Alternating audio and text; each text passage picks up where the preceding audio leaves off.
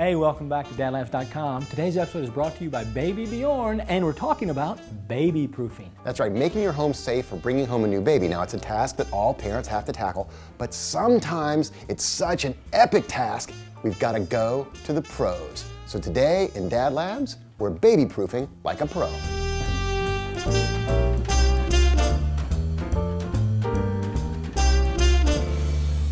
I'm here with Jennifer from Austin Baby Proofing Company, and she's going to tell us what to look out for in the jungle that is your home if you're having a new baby. Jennifer, how are you? I'm doing great. How are you today? I'm good. Thanks for joining us. Thank you. So you're a professional in baby proofing. I am professional baby proofer, yes. All right, so tell us, look around the home and tell us what are the priority areas that parents should concentrate on first if they're getting their home ready to bring a new baby. So one thing you want to look for is flat screen TVs these days are very top heavy. And so you want to make sure that your flat screen TV is either attached to a stud in the wall behind it or attached to a nice solid secure base so that if little one does start to climb up, maybe reach for a fun video up on top of the table, the TV isn't going to likely come over on top of them. So how would parents strap the TV to the wall? There are TV specific, flat screen specific straps. They attach to the vessel holes in the back and then back to wherever the stud is in the wall. It's important to get into a stud or down to a solid secure base. You want to make sure your furniture is secured as well. In general, the rule of thumb is that anything taller than it is wide needs to be secured again to a stud into the wall. And there are furniture straps that are designed specifically to do that.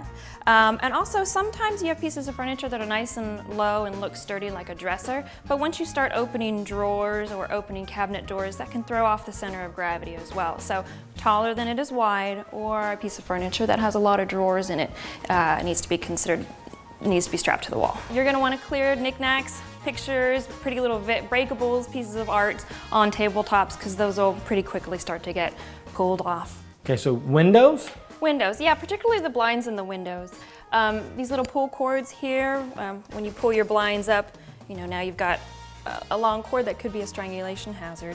And you want to have possibly a cord cleat, something to gather up all the excess cords so it's not hanging down below at kid height. And then also this one has knots in the bottom of it. And take these knots out because you've got a loop down here now, which you want to avoid. So make sure these are free, but also wrapped up and out of reach. Okay, so the kitchen scares me. There's a lot going on in the kitchen between knives and sharp objects and heat from a dishwasher and the stove and possible chemicals or poisons under the cabinet. So there's a lot to think about in the kitchen. You definitely want to lock your cabinet doors in your drawers with a cabinet or drawer latch.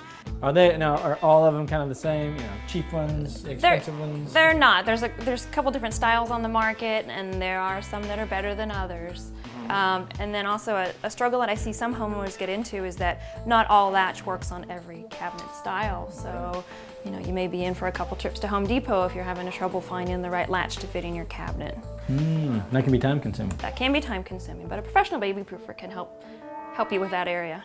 So Jennifer, it's really important to be diligent about baby proofing because kids do get injured every year. Sadly, yeah, children get injured and children lose their lives every year still from injuries in the home. Right. Now, do you have any stats or trends that parents should be aware of? I do, yeah. You know, sadly, 24 children die each year from a tip-over related injury. That's a piece of furniture or a TV that comes over. About 103 children die each year from a fall in the home. Over 100 die from unintentional poisoning. They get into a cabinet or something like that, or into the parents' medicine chest. And then 873 children die from airway obstruction. That's some sort of strangulation or entrapment hazard or suffocation from something in the crib, possibly like that. So, you know, I consider myself a fairly knowledgeable individual about baby proofing, but there are tons of stuff in here that's not baby proofed. Right, yeah. So that kind of speaks to it. That's why you need to have a professional baby proofer. A professional baby proofer can come in and look at your home with a fresh set of eyes, a professional set of eyes with experience,